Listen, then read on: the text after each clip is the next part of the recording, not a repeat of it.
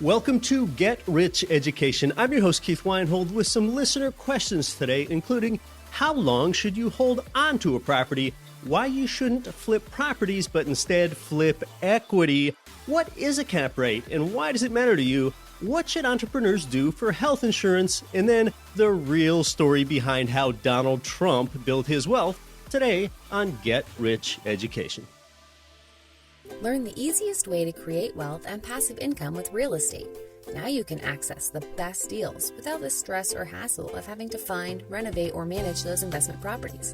Narada Real Estate saves you time by providing you with passive income investment properties in some of the best U.S. markets. Learn more at PassiveRealEstateInvesting.com and download your free copy of the ultimate guide to passive real estate investing. There's no obligation and nothing to buy. Simply visit PassiveRealEstateInvesting.com. For a real estate investor like you seeking an income property loan, go to Ridge Lending Group, NMLS 42056. Over the years, you've heard President Chaley Ridge generously devote her time to you here on the show as a guest. Ridge provides investment property loans in most U.S. states, and you're going to find out how they've helped more people realize their dreams of real estate financial freedom than any other mortgage lender in the entire nation when you get started at ridgelendinggroup.com. You're listening to the show that has created more financial freedom than nearly any show in the world. This is Get Rich Education.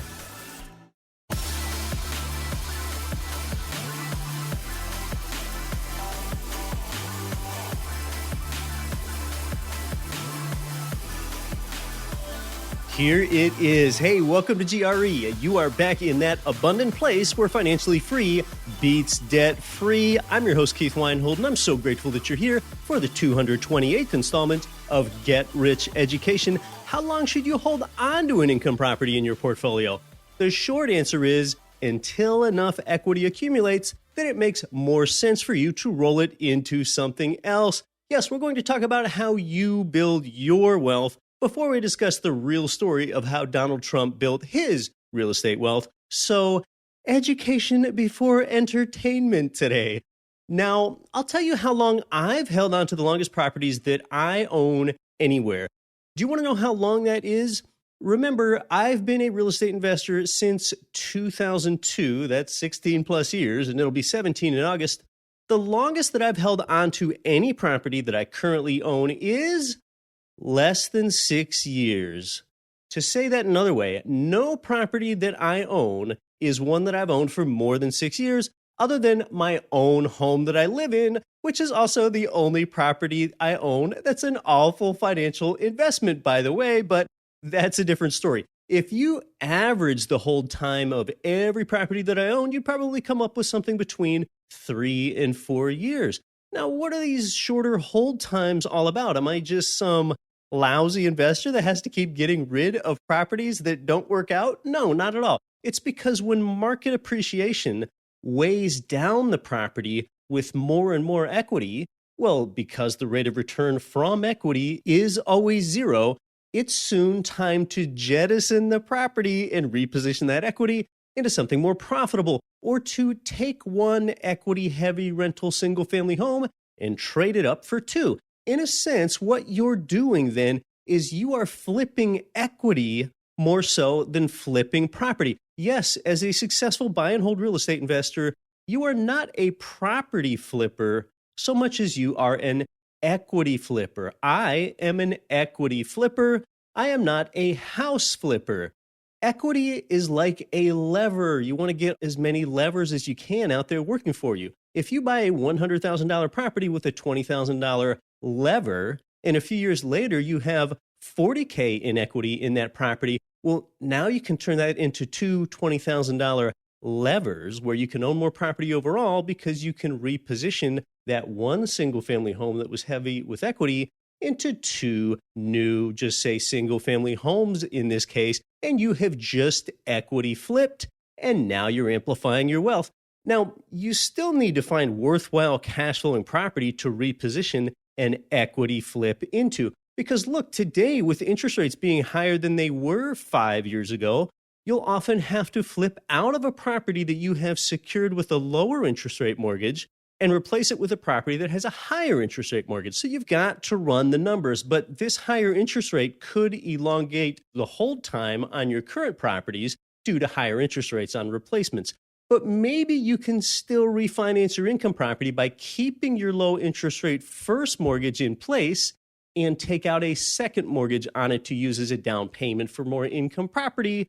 But notice that I used the word maybe. If you remember when Shaylee Ridge was here last year, she told us that at least with home equity lines of credit, second mortgages on income property, they were pretty hard to come by. And if you can find them, they're at 65% loan to value ratios. So if you're an equity flipper like me, what is the amount of equity that you need in a property before you know that it's time to sell it and do a capital gains tax deferred exchange into more property?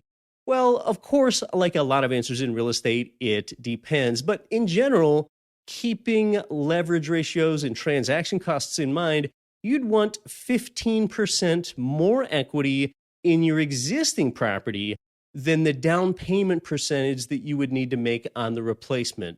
So to give you a couple examples, that's at least 35% equity in your existing property if you knew that you had to put 20% down payment on replacement property for that exchange. And you'd want at least 40% equity in your existing property if you knew that you had to put a 25% down payment on the replacement property. So a rule of thumb that I've used is that you want to have at least 15% more equity in your existing property than you do in your replacement property prior to performing an exchange. That is an equity flipping rule of thumb for you right there. Not a hard and fast rule, merely a rule of thumb. Of course, you might want to look at doing it sooner than that. If you feel a major maintenance item coming due soon on one of your existing properties, then you might want to sell sooner. Maybe you're beginning to realize the risk of only being invested in one or two real estate markets, so it's worth it for you to diversify a portion of your portfolio out of, say, low cap rate Southern California and into higher cap rate Houston, Texas, or whatever. In fact, a lot of times you would have to ask yourself why you're holding onto any one property for more than 8 years. Now, why 8 years? Well, there are a few reasons. A lot of times at the 8-year, maybe the 10-year mark, heavy equity has severely weighed down your total ROI. And when you bought your turnkey property newly renovated 8 or 10 years earlier, you might now have some of the major maintenance items come due anyway. You also don't have to hold as much in reserves if you follow this equity flipping strategy. Because when you buy a newly renovated property and sell it after, say, 8 years, well, then the next owner is going to be the one that has to deal with those maintenance items, not you. That's why you might be able to run your property's numbers without having anything in the capital expenditure cell. Remember, I use the word maybe. What I think is prudent instead is that you have 3 to 5% of the property's value held in a liquid form in case you have some unexpected expenses. Of course, you also have an insurance policy that would help you pay that. Now, this is just a really convenient wealth formula that we talk about here. Around the 8-year mark, that's often when you'll have sufficient equity to equity flip your property's equity. And then around 8 years also seems to be the time that you want to duck out of any major maintenance expenses that you would have. Equity flippers beat house sitters, or maybe you could even call them equity sitters. They're the people that plan to own a rental property for 30 years and tell themselves, yeah, I had to deal with major maintenance expenses along the way, but at least the tenant paid off my mortgage for me. Really? Over 30 years? People that do that do not build a large portfolio. Instead, they get old, losing leverage all the time. Equity sitters get old, and house flippers get tired. So consider not being an equity sitter or a house flipper, but instead an equity flipper. That's how you increase your velocity of money, and that's how others deal with renovations and major maintenance items, but not you. That is a big part of the GRE wealth formula right there. Now, this isn't to say that house flipping is just never worth it. House flippers force equity. If you're really good at HGTV house flips, you can get some satisfaction and some profit there. but understand the cost, your time, your risk. What if you undershot the ARV, the after repair value, the sweat, the toil, and the taxes too? Forced equity through house flipping is active income, and it's taxed at a higher rate. Market equity through equity flipping is passive income, and it's taxed at a lower rate. Be an equity flipper. Usually, your greatest burden as the equity flipper is paperwork at transaction time and perhaps the cost of agent commissions at sale time. Look, as an equity flipper, you can basically buy from other professional house flippers in investor advantage markets in the Midwest and South. That's what you're doing. A lot of the risk is taken out of it for you. The house flipper, they're the ones that bore the risk of not knowing what they were going to run into when they opened up a wall and found a leak or found asbestos somewhere. This is the difference between working smart and working hard. A house flipper uses a crowbar and a blowtorch. An equity flipper uses a calculator. Don't flip properties, flip equity. I am a longtime flipper, not a house flipper, but an equity flipper. We're talking about listener questions today. We usually do this with specific questions from specific people. Today, it's more about frequently asked questions that I get, those FAQs. The last response about being an equity flipper helped you answer the question, how long should I hold on to a property? How do I know when it's time to sell? So I introduced you to the concept of being an equity flipper. The next question I often hear is, what is a good cap rate on an income property? Well, like most things in real estate, it is a multifaceted answer. I'd love to just say you better get a cap rate of 7% or better, and that's the end of it, but there's just so much more to this. First of all, what is a cap rate? Cap rate, which is short for capitalization rate, is simply income divided by price. If you can remember nothing else, just remember the 4 words, income divided by price. To be more specific, cap rate is annual net operating income divided by the purchase price or the value of your property. Different property types have a different cap rate, even if they're in the same city. A residential apartment building on Chicago's North Side will have a different cap rate than an industrial building on Chicago's North Side, even if they are on the same block. Not only that, but a residential 30-plex will have a different cap rate than a residential duplex on Chicago's North Side. Now, why are there different cap rates all over the place? That is simply a matter of supply and demand. Recall that the 4 words to remember with cap rate are simply, what were they? Income divided by price. Therefore, the more demand for an investment property, the higher the price, and that was the bottom number. So therefore, the lower the market cap rate. Conversely, the lower the demand for investment property, the lower the price and the higher the cap rate. When, over time, investors gradually accept paying more and more in purchase price for the same level of rent income, which is exactly what's been happening in most of the U.S. for the last 8 years, that makes cap rates fall because a cap rate is, here those 4 words again, income divided by price. Local appraisers and agents, they should know what the cap rate is for a certain area and property type. Now, on most property buys, you are probably more concerned with your projected cash-on-cash return than you are with your cap rate. Remember that cap rates do not include your mortgage payment, that principal and interest, but cash-on-cash return does. If you pay all cash for a property, then that means that your cap rate and your cash-on-cash return are the same.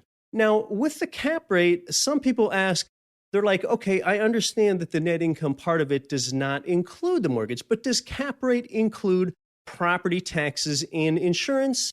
The answer is yes, it does. So to make it completely clear, since cap rate is income divided by price, there are those 4 words again, income divided by price, the income numerator is determined by taking your property's rent income and any other income and subtracting out VIMTUM. That's it. Subtract out VIMTUM from your gross income. Of course, that's our acronym for vacancy, insurance, maintenance, taxes, utilities, and management, VIMTUM. So some beginning investors, and even a few of the more advanced ones, when it comes to cap rate, they even say something like, well, that is just dumb that cap rate does not consider your mortgage expense. That's just really dumb because financing is such an important part of real estate investing. Yet the cap rate seems to include everything important out there except for the mortgage principal and interest. Well, why does cap rate exclude that? Do you know? Do you know why this is done? There is actually a somewhat good reason that the cap rate excludes the mortgage principal and interest.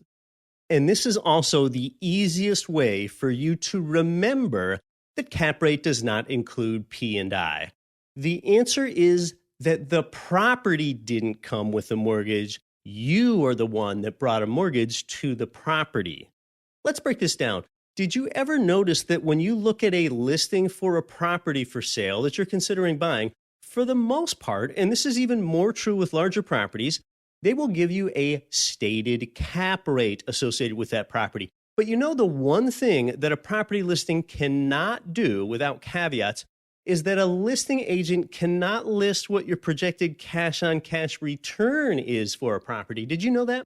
But a listing agent can state the prevailing cap rate for a specific property because the cap rate does not include your principal and interest payment. Listings cannot tell you what your cash-on-cash return for a property is because the cash-on-cash return includes your mortgage payment. And see, a listing agent cannot possibly know how much you plan to use as a down payment on the property or what your credit score is, meaning what interest rate you can get. They don't know whether you want to pay discount points at the closing table or even what your interest rate is going to end up being, or even if you pay all cash for a property. So this is why a listing agent more commonly cites a property's cap rate. They cannot project what your cash-on-cash return on a property would be unless they included a caveat like, this is what the cash-on-cash return would be with a 25% down payment, and if your FICO score is at least 740, and so on. So let me give you a 2-question quiz about cap rate. Number 1, can you increase a property's cap rate by getting a lower interest rate mortgage? The answer is no, you cannot, and that is because cap rate does not include mortgage principal and interest. Number 2, say you have a 150-unit apartment building.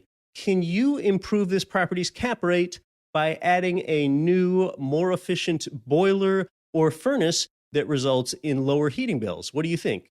The answer is yes, you can, because heating is a utility. In fact, it is the U in the VIM-TUM acronym. Now, in a single-family rental home, the tenant typically pays for the heat, not you. So in that case, your cap rate would not be improved by a lower heating bill. So to review, cap rate is income divided by price, and it does not include mortgage principal and interest. Now that you understand more about cap rate, let's liken cap rate to a metric from the stock world. Stock investors, they commonly measure valuation of stocks by the P/E ratio, and that's really just slang for P divided by E, which stands for price divided by earnings.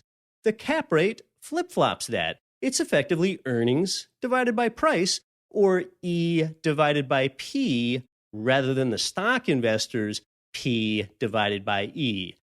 Cap rate certainly has its limits. I would contend that cash-on-cash return is a better metric because it includes your financing. Cash-on-cash return is your year one cash flow divided by your down payment plus closing costs that you paid back at the closing table. Because it does include cash flow, well, by nature, that includes financing, so cash-on-cash return might very well be the best investor metric.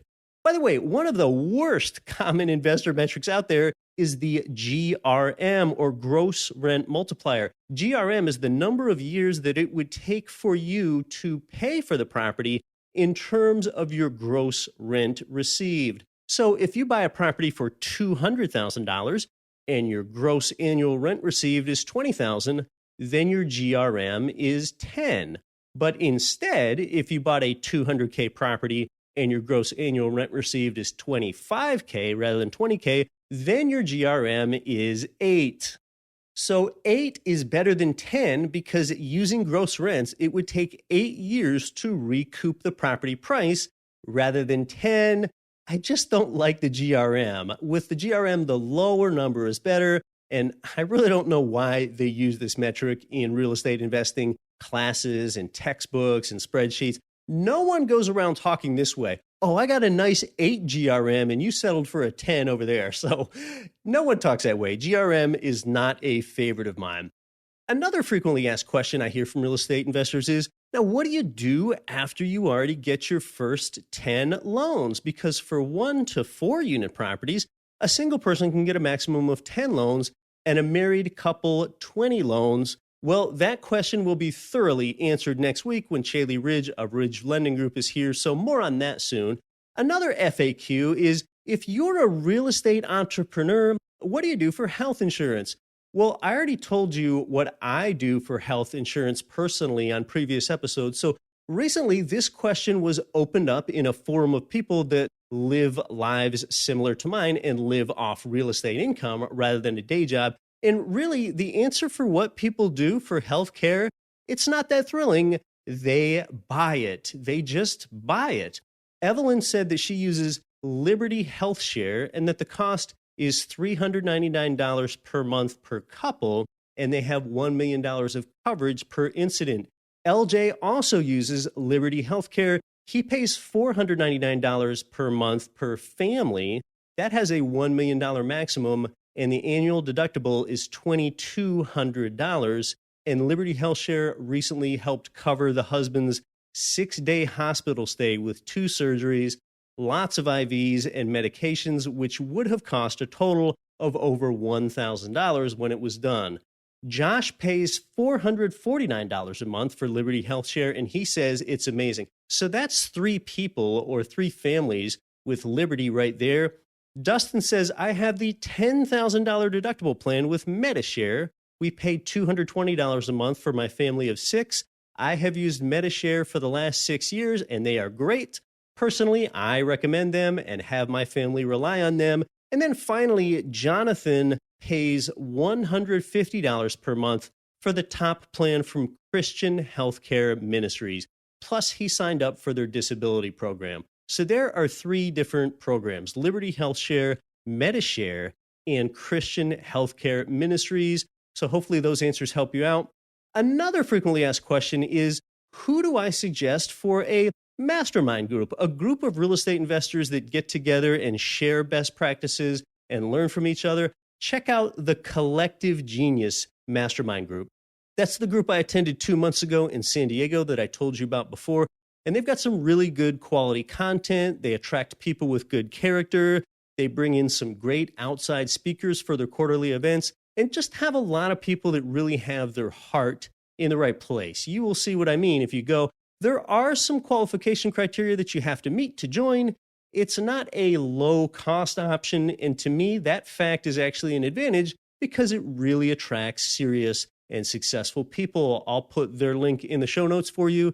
I think there's a similarly named group, so you want to see the link. Yes, they meet 4 times a year, twice a year in San Diego and twice a year in Tampa Bay. There are some quality people there that can really help you grow. Some people ask me, what does my typical week look like? I don't want to spend too much time on this. Like I say, I really appreciate that you're here, but you're not here for me. You're here for you.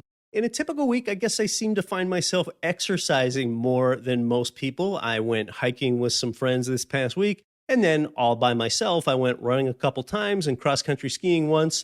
I go to the gym a lot. In fact, I belong to 4 different gyms. I know that might seem excessive. One of those 4 is a home gym, so hopefully that makes the whole thing sound a little less maniacal.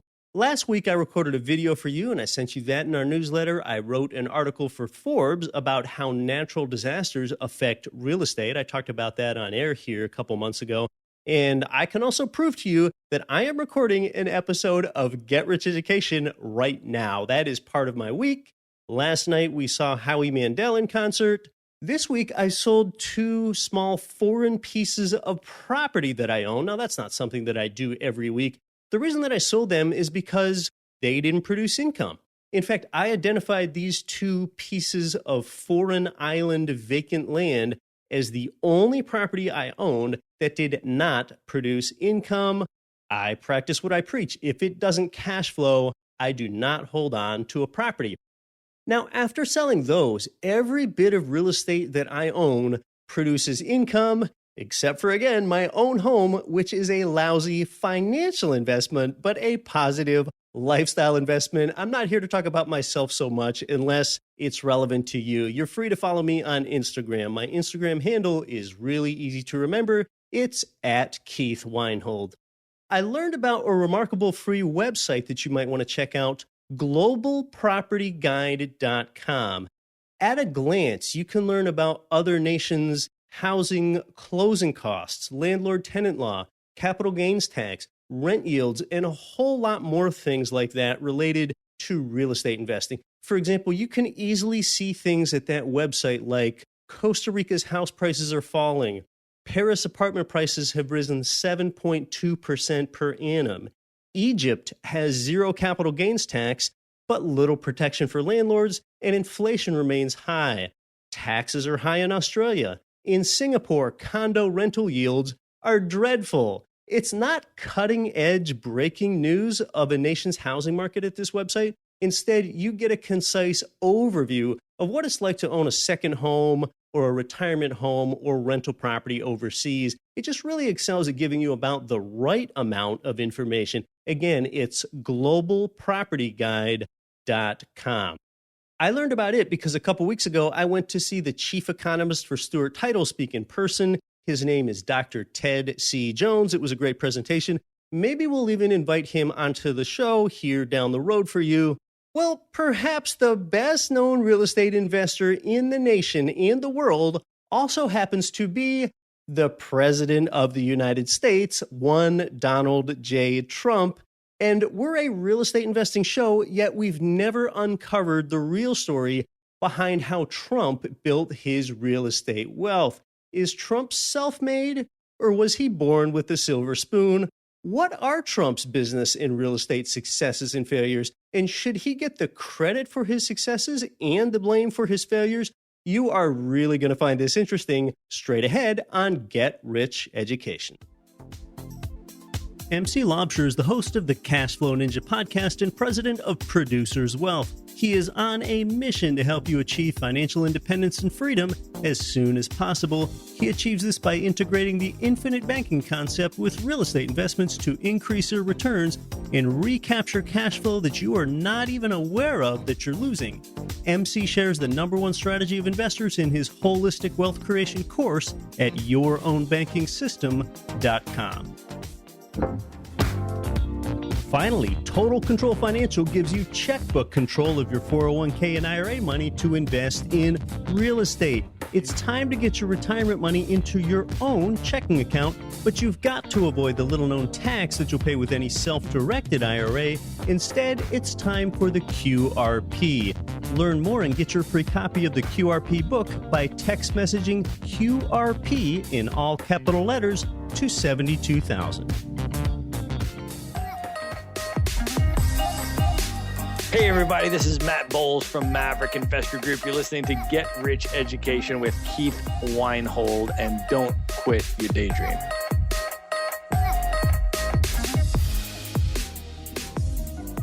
Welcome back to Get Rich Education. You're listening to the show that's created more financial freedom for busy people just like you than nearly any show in the world. Don't live a day below your means when you can instead expand your means. Your path to freedom is not by reducing your expenses, it's through increasing your income. What do most people do? They act like our recurring character, Scarce Skip here, that focuses on frugality when he could have been using his limited time to build real wealth.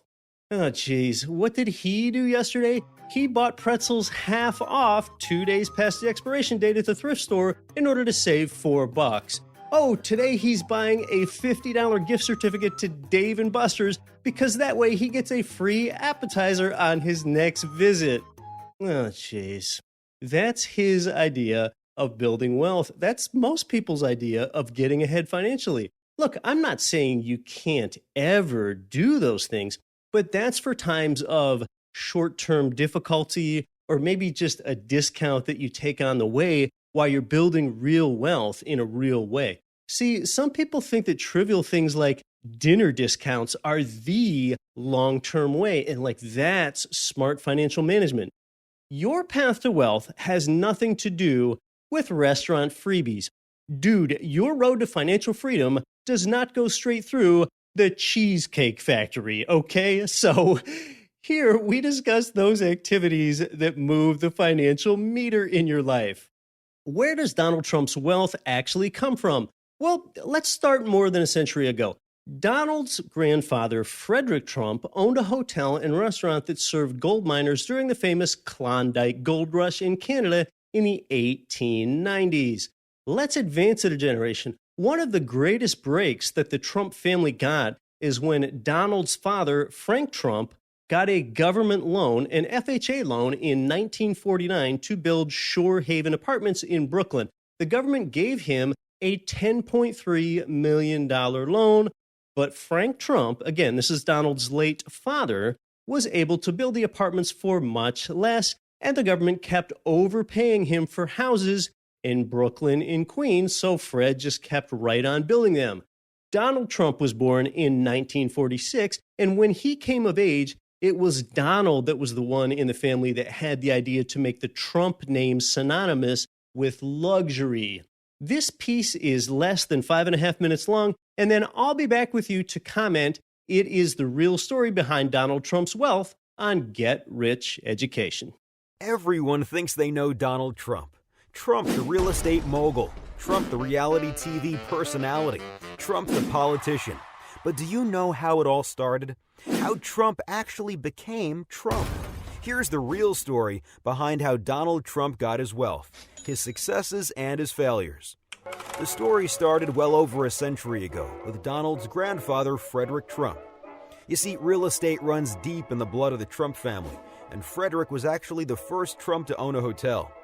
During the famous Klondike Gold Rush in Canada, Frederick owned an inn and restaurant that served gold miners. When he passed away, he left an estate worth just under $500,000 in today's dollars to his heirs. His eldest son, Fred Trump, carried on the Trump legacy by going into business with his mother, using his inheritance for seed money. Fred became a very successful builder in New York City's outer boroughs. He built single-family houses in Queens in the 1920s.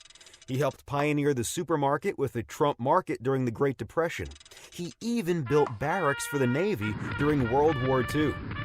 But Fred's real cash cow came in 1949, when he got a government loan to build Shore Haven Apartments in Brooklyn. The Federal Housing Administration paid him $10.3 million, but he was able to build the apartments for significantly less. The government kept overpaying for houses in Brooklyn and Queens, and Fred kept building them. Fred Trump was allegedly worth between $250 and $300 million by the time of his death in 1999. According to Donald, his father was one of the biggest landlords in New York's outer boroughs. Born in Queens, Donald Trump would join his father's company early on in his career. Donald had a different vision for the Trump name. He envisioned the Trump brand as being synonymous with luxury worldwide. Using his dad's business connections and creditworthiness, Donald went into real estate in Manhattan in the mid-1970s. He borrowed a small sum of $1 million to get started. One of Trump's first moves was also one of his biggest wins. In 1976, Donald Trump and Hyatt partnered to buy the rundown Commodore Hotel near Grand Central Station. At the time, the whole neighborhood was in disarray, with many nearby buildings on the verge of foreclosure. Trump negotiated contracts with banks and the city in an effort to fund the hotel and rejuvenate the area. The end result was the Grand Hyatt, a 25-story hotel which Trump sold his share of for $142 million in 1996. Another big win for Trump was with 40 Wall Street, which was once the tallest building in the world. He bought it for $1 million after years of vacancy. Today, it's prime real estate in the financial district, worth more than $500 million. The Apprentice was also a financial home run. As the show's host and executive producer, Trump raked in $1 million per show for a whopping total of 185 episodes. But like many businessmen, Trump's career also had its share of failures. Donald's biggest failure may be his ill-fated venture into casinos in Atlantic City. The bleeding started in 1988 when he acquired the Taj Mahal Casino. Funded primarily by junk bonds, the massive casino would be $3 billion in debt within just a year of opening. Trump, who racked up $900 million in personal liabilities, had the business declare bankruptcy. To stay afloat, he ditched many personal assets, such as his airline, a 282-foot mega yacht, and half of his stake in the company. Things were dire, and Trump's dad chipped in with a $3.5 million loan in the form of casino chips to help make a debt payment. Trump's casino holding company would enter bankruptcy 2 additional times, once in 2004 after accruing $1.8 billion in debt, and again in 2009 after missing a bond payment during the financial crisis. Each time, Trump's stake in the company fell. While 3 of Trump's 4 bankruptcies involved Atlantic City casinos, he has also struggled in other ventures outside of real estate. Trump Airlines, Trump Vodka, Trump the Game, Trump Magazine, Trump Steaks, and Trump University were all destined for failure. Trump Mortgages was launched in 2006, right before the real estate crash, and it also imploded. According to Trump's campaign, he is worth in excess of $10 billion. However, he has been accused of artificially inflating his net worth. Forbes and Bloomberg News both have drastically different estimates of his wealth. Using the middle-of-the-road figure from Forbes, here is how Trump's wealth breaks down. About 7% of Trump's net worth is in cash and liquid assets, such as investments. 8% is in golf courses, and 4% is in his toys, such as his helicopters, penthouse, or a Boeing 757. The majority, however, is in real estate, with Manhattan properties alone making up about half of his total portfolio's value. Thanks to Visual Capitalist in the production. Check them out at visualcapitalist.com. So Trump grew up learning from his father.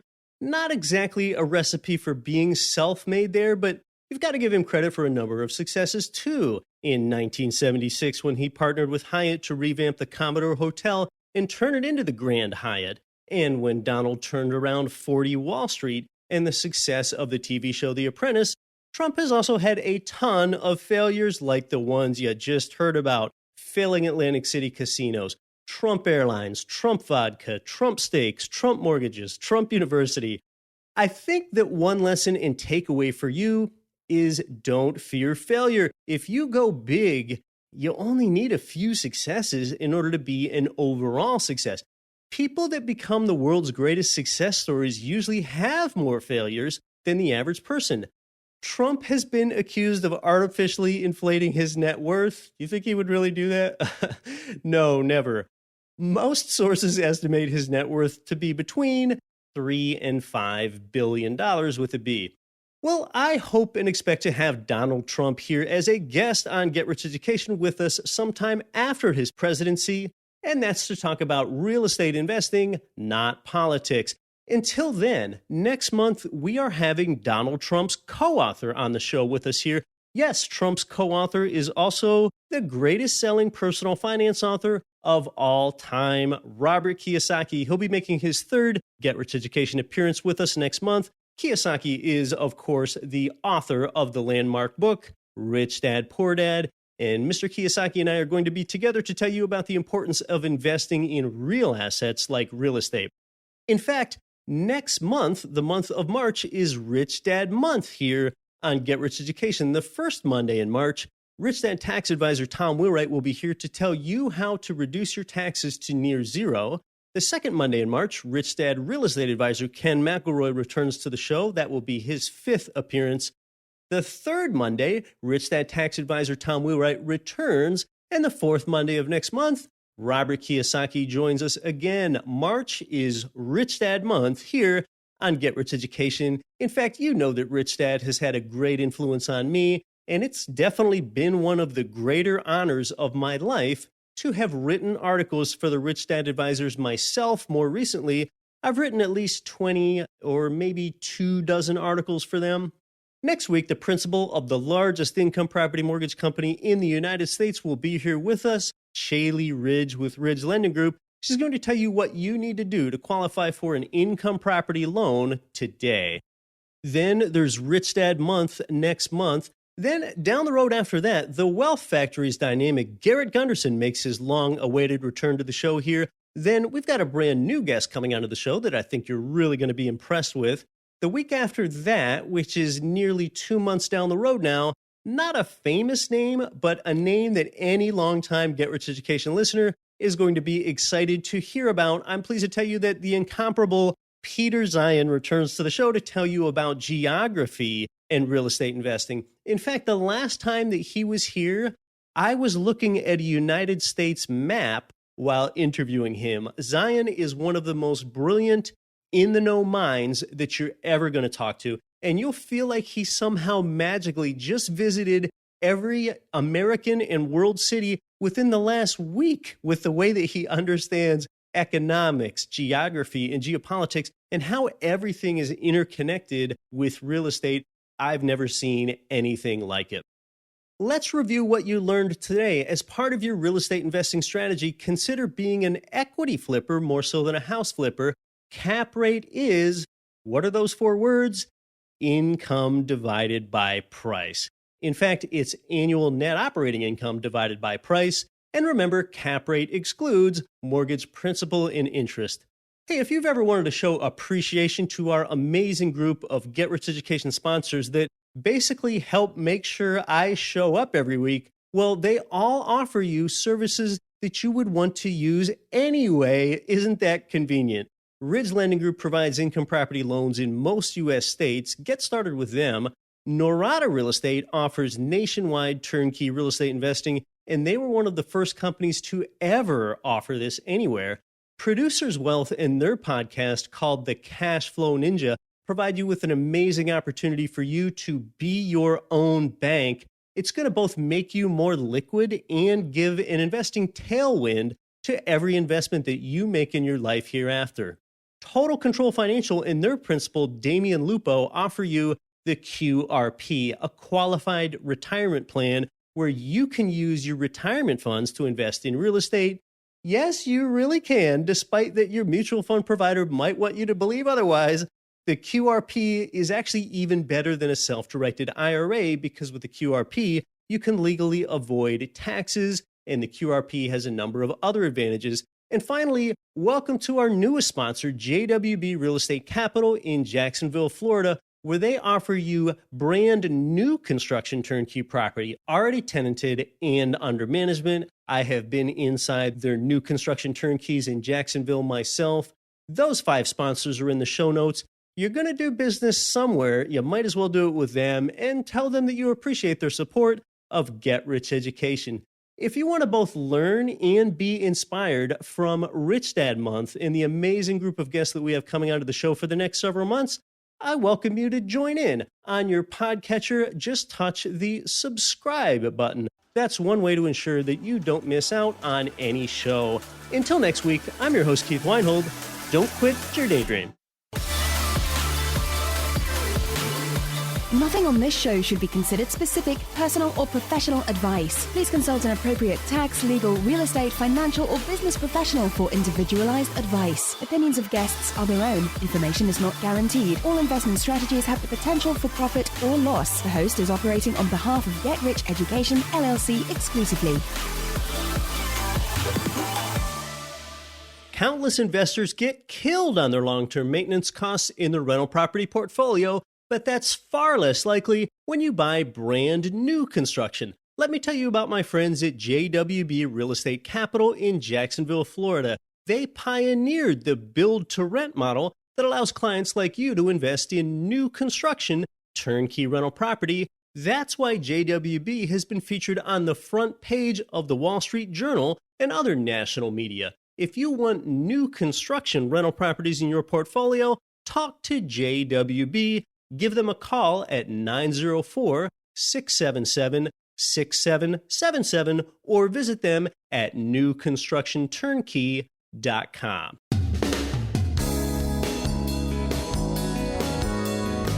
The preceding program was brought to you by your home for wealth building, GetRichEducation.com.